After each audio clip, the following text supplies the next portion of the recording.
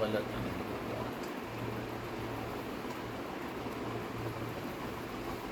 یہی وقت آپ کے بننے اور بگڑنے کا ہے. اگر اس وقت آپ بن گئے تو بن گئے، اور اگر آپ بگڑ گئے تو پھر بگڑ گئے. یہ بات بہت نقطے کی ہے اور اہم ہے.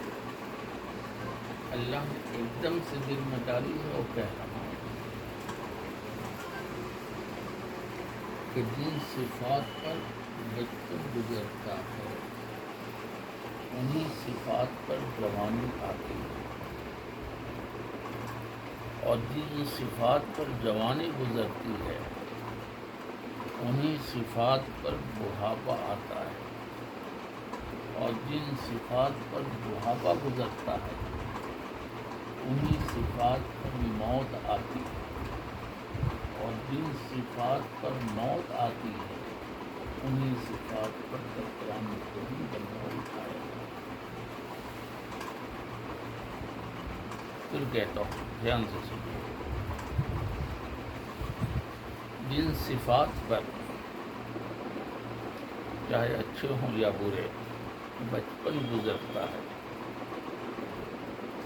جس کی نگہداشت آپ نہیں کر سکتے، اس کی ذمہ داری ماں باپ کی ہے. حکم دیا گیا کہ اچھا نام رکھو، حکم دیا گیا کہ اچھی تعلیم دلواؤ، حکم دیا گیا اچھی تربیت کرو، حکم دیا گیا اللہ کی پہچان کرواؤ، حکم دیا گیا کہ اسلام کی بیسک معلومات ان کو فراہم کرو، حکم دیا گیا کہ نبی کی سنتیں ان کو سکھاؤ، حکم دیا گیا نبی کا طریقہ اور اس پر کیسے چلنا ہے، کیسے زندگی گزارنی ہے وہ سکھاؤ. لیکن جب آپ 18 سال اور 20 سال کے ہو گئے، اب ان کی ذمہ داری ختم ہے، اب آپ کی ذمہ داری خود آ گئی، اس لیے کہ ہر چیز میں اب پختگی آ گئی. تو جن صفات پر چاہے اچھے ہوں یا برے آپ کا بچپن گزرا، انہی صفات پر جوانی آتی ہے، اور جن صفات پر جوانی گزرتی ہے انہی صفات پر موت وہ بڑھاپا آتا ہے، اور جن صفات پر بڑھاپا آتا ہے انہی صفات پر موت آتی ہے، اور جن صفات پر موت آتی ہے انہی صفات پر قیامت کے دن آپ اٹھائے گا.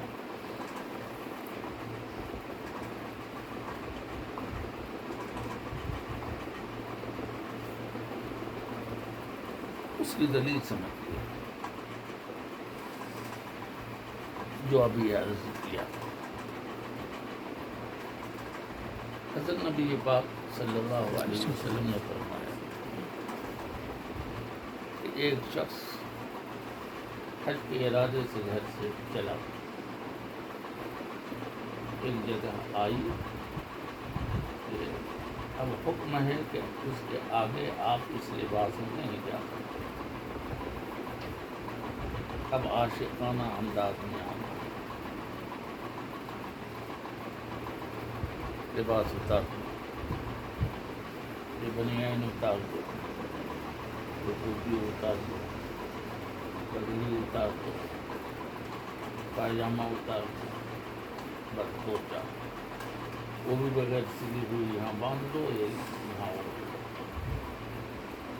2 رکعت پڑھو، اور اس کے بعد نیت کرو اللہم انی ارید العمرۃ فیسرھا لی وتقبلھا. اللہ میں عمرے کی نیت کرتا ہوں، قبول فرما، آسان فرما. اب آپ کیا کہلائیں گے شریعت کی اصطلاح میں؟ محرم. اب آپ ہو گئے محرم. اب محرم کے احکامات آپ پر نافذ ہو گئے. اب تک آپ محرم نہیں تھے. اب تک کہ آپ محرم نہیں تھے عام آدمی، لیکن اب محرم ہو گئے. یعنی اب آپ جوں کو نہیں مار سکتے، کسی جانور کو نہیں مار سکتے، حرم کی گھاس کو نہیں کاٹ سکتے، اب خوشبو نہیں استعمال کر سکتے، اب خوشبودار چیز نہیں کھا سکتے مجنونانہ اور دیوانگی کے ساتھ.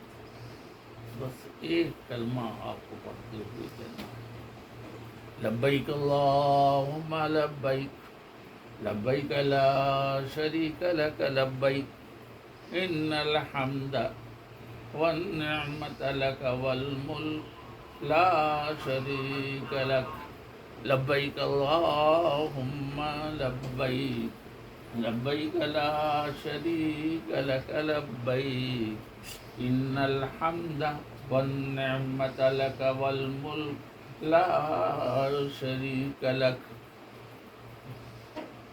دیوانگی کے ساتھ مجنونانہ انداز میں، عاشقانہ انداز میں آپ نے کیا. لیکن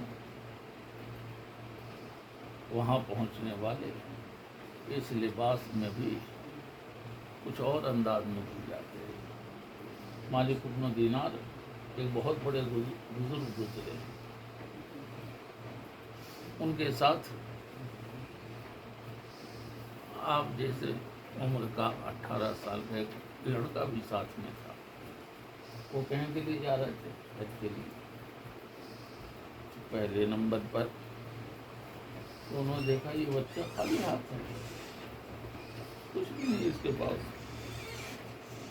تو انہوں نے ٹوکا، کہا کہ بیٹا سب توشہ لے کے جا رہے ہیں اور تمہارے پاس توشہ نہیں ہے، آخر یہ کیا ہے؟ ہمیشہ یاد رکھیے گا کیا جواب دیا.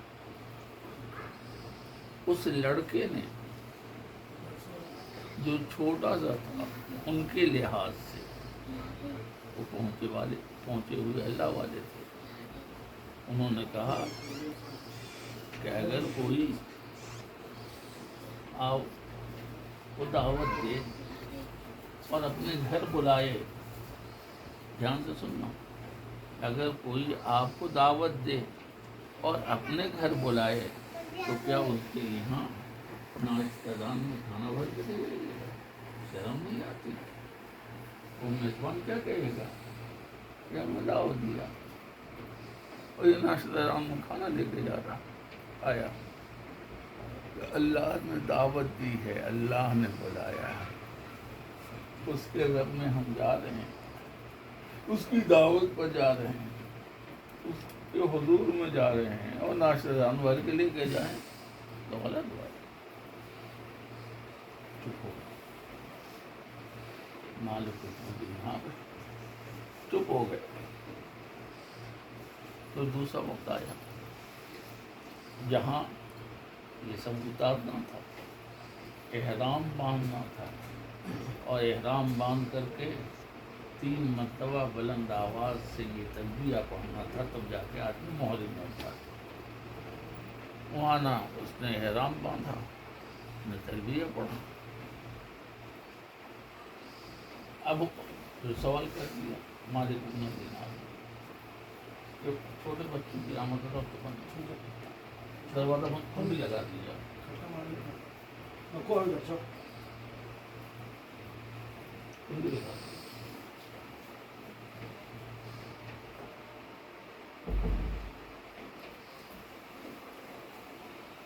تو مالک بن دینار نے کہا بیٹا تم نے احرام باندھا، تلبیہ پڑھا، تم نے تلبیہ نہیں پڑھا. بچہ کیا بولتا ہے وہ دھیان رکھیے. بچہ کہتا ہے کہ تلبیہ کیا ہے بتائیے؟ کہا لبیک اللہم لبیک، لبیک اللہم لبیک، لبیک لا شریک لک لبیک، ان الحمد والنعمت لک والملک لا شریک لک۔ مطلب بتائیے، اے اللہ میں حاضر ہوں، اے اللہ میں حاضر ہوں، لبیک، اے اللہ میں حاضر ہوں، اے اللہ میں حاضر ہوں،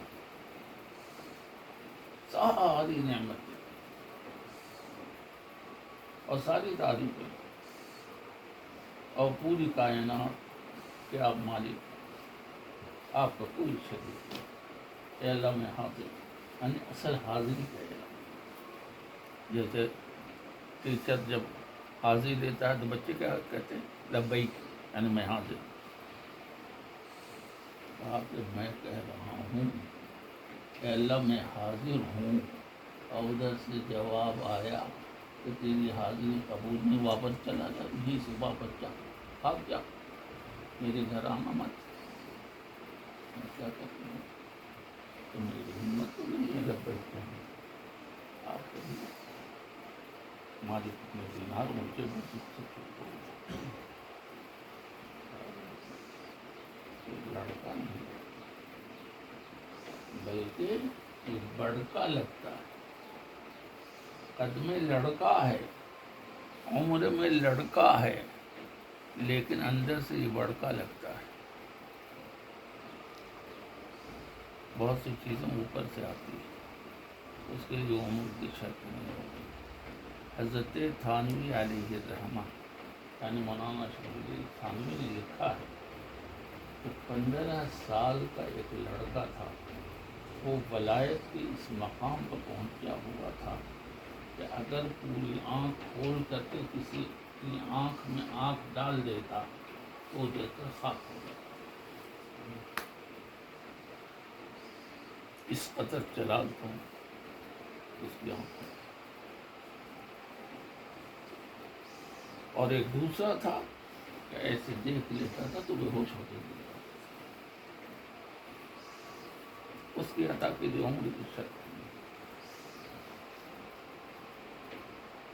ہماری کو جناب کہنے لگے لگتا ہے یہ کوئی بڑکا آدمی ہے، یہ لڑکا نہیں لگتا ہے، کوئی بڑکا ہے۔ بارہ خاموش ہو گیا۔ اس کے بعد بیت اللہ پہنچے، طواف کیا، عمرہ کیا، حج کا موسم آیا، سب نے احرام باندھا، عرفات گئے، واپسی میں مزدلفہ آئے، مزدلفہ سے مینا آئے، مینا آ کر کے 4 کام کرنے ہوتے ہیں اکٹھے۔ پہلے نمبر پر جمرہ عقبہ یعنی شیطان بزرگ کو کنکری مارنا، اس کے بعد قربانی کرنا، اس کے بعد بال بنانا، اس کے بعد طواف زیارت کرنا ہے ترتیب کے ساتھ۔ اب جب قربانی کی باری آئی تو ہماری کتنے دینار کو پتہ نہیں کیا سوچا، انہوں نے پھر سوال کرتے کہا کہ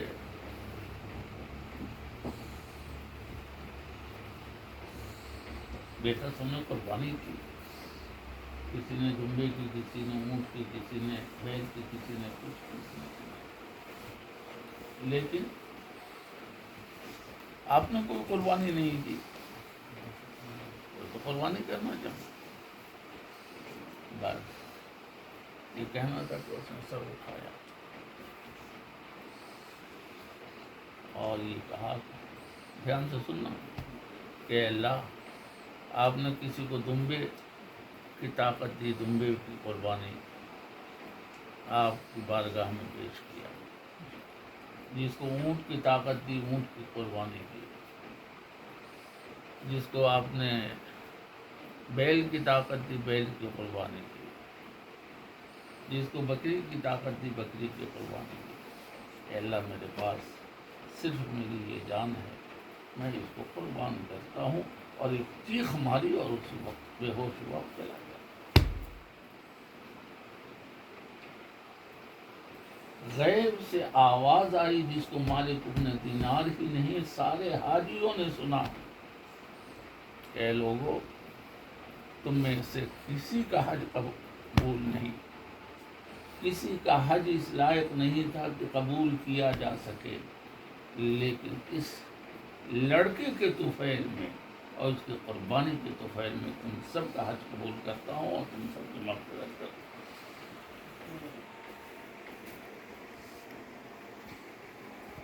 سب حیران، خود مالک مدینہ عرض یہ کر رہا تھا کہ اب اس کے بعد آپ نے کیا کیا؟ تلبیہ پڑھا 3 مرتبہ، اب آپ محرم ہو گئے، اب اس کے بعد سارا قانون نافذ ہو گیا۔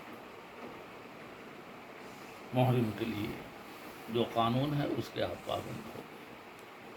اب حکم یہ ہے کہ کوئی ملے تو تلبیہ پڑھو، اوپر چڑھو تلبیہ پڑھو، نیچے اترو تلبیہ پڑھو، فلائٹ پر چڑھو تلبیہ پڑھو، فلائٹ سے اترو تلبیہ پڑھو، بس کو چڑھو تلبیہ پڑھو، یعنی تلبیہ پڑھتے رہنا ہے جب تک کہ آپ عمرہ مکمل نہ کر لیں، اس کے بعد تلبیہ پڑھو۔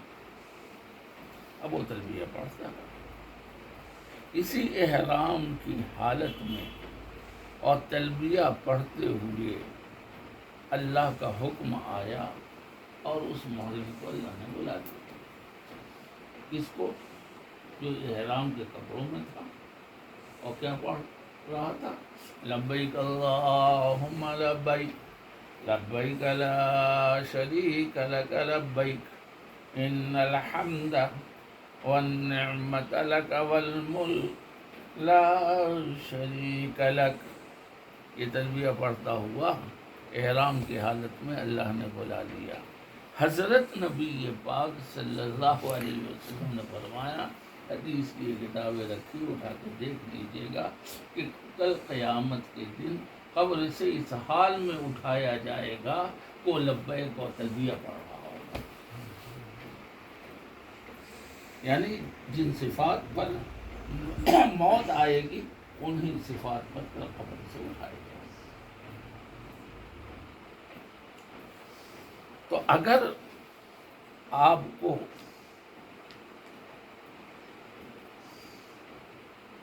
قبر سے اٹھنے والی زندگی کو بچانا ہے تو خاتمے کو بچانا ہو، اور خاتمے کو بچانا ہے تو بڑھاپے کو بچانا ہوگا، اور بڑھاپے کو بچانا ہے تو جوانی کو بچانا ہوگا، اور جوانی کو بچانا ہے تو بچپن کو بچانا ہوگا۔ بچپن کو بچائیے تاکہ جوانی بچ جائے، اور جوانی کو بچائیے تاکہ بڑھاپا بچ جائے، اور بڑھاپے کو بچائیے تاکہ خاتمہ بچ جائے، اور خاتمے کو بچائیے تاکہ قیامت کے دن اچھی صفات پر آپ ہو۔ زندگی کی سب سے زیادہ قیمتی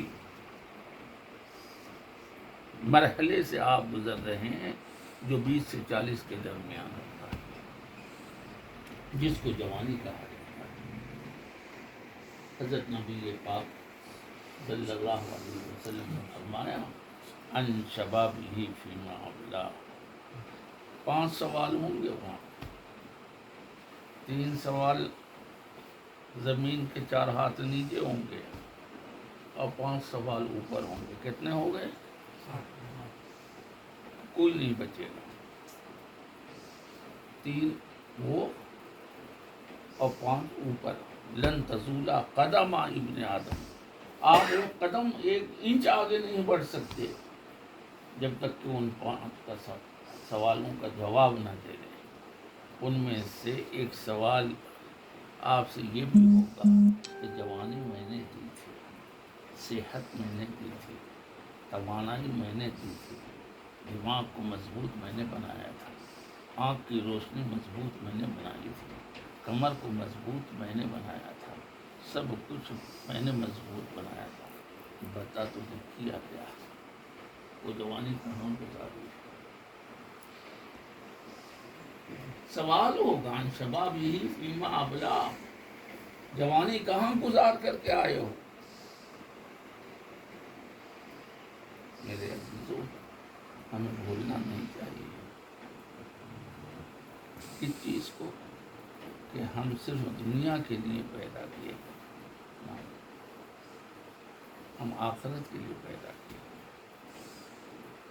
یہ دنیا آخرت،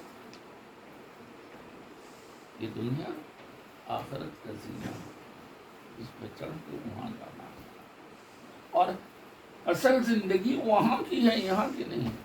وَإِنَّ الدَّارَ الْآخِرَةَ لَهِيَ الْحَيَوَانُ لَوْ كَانُوا يَعْلَمُونَ۔ اگر ٹھیک ٹھاک آپ نے جوانی گزار لی تو جانتے ہیں کیا ہوگا؟ کہ خالی دنیا والے پینشن نہیں دیتے، 60 سال تک آپ نے نوکری کی اگر کہیں تو 60 سال کے بعد اس کی نوکری کی وہ پینشن دیتا ہے۔ یہ خالی دنیا ہی کا قانون نہیں، اوپر کا بھی قانون۔ حدیث میں اگر روزانہ 5 نمازیں پابندی سے مسجد میں پڑھتے رہے، 50 نفلیں پڑھتے رہے، اوابین پڑھتے رہے، تہجد پڑھتے رہے، اشراق پڑھتے رہے، صلاۃ التوبہ پڑھتے رہے، 15 پارے کی روز تلاوت کرتے رہے، کب؟ جوانی میں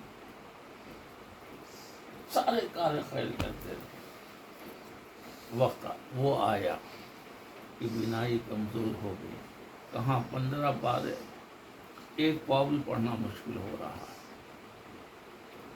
کمر جھک گئی، پنڈلیوں کی جان چلی گئی۔ وقت آتا ہے جس کو غالب نے کہا ہے، ہوش و حواس و تاب و تواں داغ جا چکے، ہوش و حواس و تاب و تواں، ہوش و حواس و تاب و تواں داغ جا چکے، اب ہم بھی جانے والے ہیں، سامان تو گیا۔ اب ایئرپورٹ پہ جب جاتے ہیں تو میڈم پہلے کیا مانگتی ہے؟ پہلے ٹکٹ دیا تو اس کے بعد کیا مانگتی ہے؟ لگیج، کہ لگیج ہے آپ کے پاس؟ ہاں لائی جاتی۔ اس کے بعد وہ آپ کا نام ٹک کر کے اس میں پٹی لگاتی ہے، کہاں جانا ہے؟ بنارس، پٹی بنارس کی لگی، اور اس کے بعد بورڈنگ کارڈ آپ کو دیا، کہا سر آپ اس گیٹ سے جائیں گے اور اتنے بجے آپ کی بورڈنگ ہے اور اتنے بجے آپ کی فلائٹ ہے، اور وہ کرسی لگی ہو، وہاں بیٹھ کے ویٹ کر لیجیے۔ آپ کو 40 منٹ پہلے اندر بیٹھایا جائے گا اور آپ کا لگیج اس سے پہلے جا کے بیٹھ چکا ہوگا۔ آپ فلائٹ سے اتریں گے نہیں، لینڈ ہوتے ہی پہلے آپ کا لگیج اتر کر چلا جائے گا۔ آپ وہاں پہنچیں گے تو لگیج دوڑ رہا ہوگا، یہ باڈی کا لگیج ہے۔ کون؟ یہ آنکھ، یہ ناک، یہ دانت، یہ بال، یہ ہاتھ، یہ کمر، یہ کنڈلی، یہ ہماری باڈی کا لگیج ہے۔ جب آنکھ کمزور ہو گئی، دانت ٹوٹ گئے، بال سفید ہو گئے، کمر جھک گئی، ہاتھوں میں راشا پیدا ہو گیا، پنڈلی ہلنے لگی، 2 قدم چل کے سانس پھول رہی ہے، اس کا مطلب کیا ہوا؟ لگیج چلا گیا۔ لگیج کا فلائٹ کا انتظار ہے، آپ کے جانے کا نمبر ہے۔ اب فلائٹ کا انتظار ہے، آپ کے جانے کا نمبر ہے، تو اسی کو داغ نے کہا ہے کہ ہوش و حواس و تاب و تواں داغ جا چکے،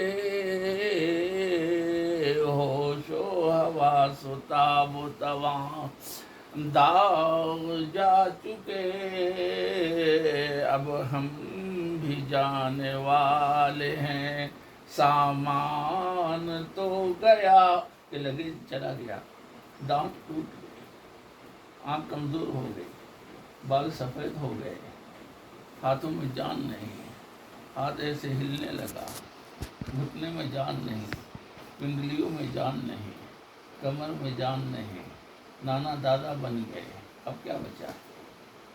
اس لیے حضرت مولانا یوسف صاحب رحمۃ اللہ علیہ فرمایا کرتے تھے کہ جب کاندھلوی جو جماعت کے ذمہ دار مولانا الیاس صاحب کے لڑکے تھے کہ جب عمر 50 سال کی ہو جائے تو بستر لپیٹ سو، اب سونے کا وقت، سونے کا وقت دیا، 50 سال تک سو، اب وہاں کی تیاری میں لگ جاؤ، 50 سال کی عمر ہو جائے تو بستر کو لپیٹ دو، اب یہاں تو شو حواس و تاب و تواں داغ جا چکے اب ہم بھی جانے والے ہیں، سامان تو گیا۔ ایک بڑے میاں جا رہے تھے لٹھی والی، ایک کمر جھکی ہوئی تھی، تو آپ جیسے نوعمر جوان اور رنگینی ہوتی ہے نا طبیعت کی، وہ کالج سے آ رہے تھے، بڑے میاں راستے میں مل گئے، چھڑتے مزہ لیتے ہیں، قریب آئے، السلام علیکم، وعلیکم السلام، جی خوش رہو، یہ بزرگوں کا ایک انداز ہے، جیو خوش رہو۔ دادا کیا ڈھونڈ رہے ہیں، کچھ گر گیا ہے کیا؟ حکومت چکائے جا رہے تھے نا گٹیا لیے، کہا کچھ گر گیا ہے کیا؟ کہاں بیٹا گر گیا ہے، آپ بتاتے ہیں۔ اس کے بعد ان جوانوں کو بلایا، اب بلانے کے بعد جانتے ہو کیا کہا کہ شباب ہاتھ سے جاتا رہا پتہ نہ چلا، شباب ہاتھ سے جاتا رہا پتہ نہ چلا، شباب ہاتھ سے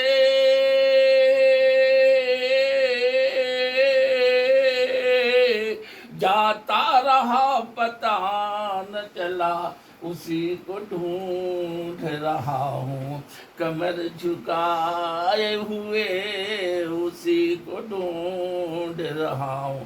بیٹا تمہارے جیسا جوان میں بھی تھا، لیکن وہ جوانی گم ہو گئی ہے، اسی کو ڈھونڈ رہا ہوں۔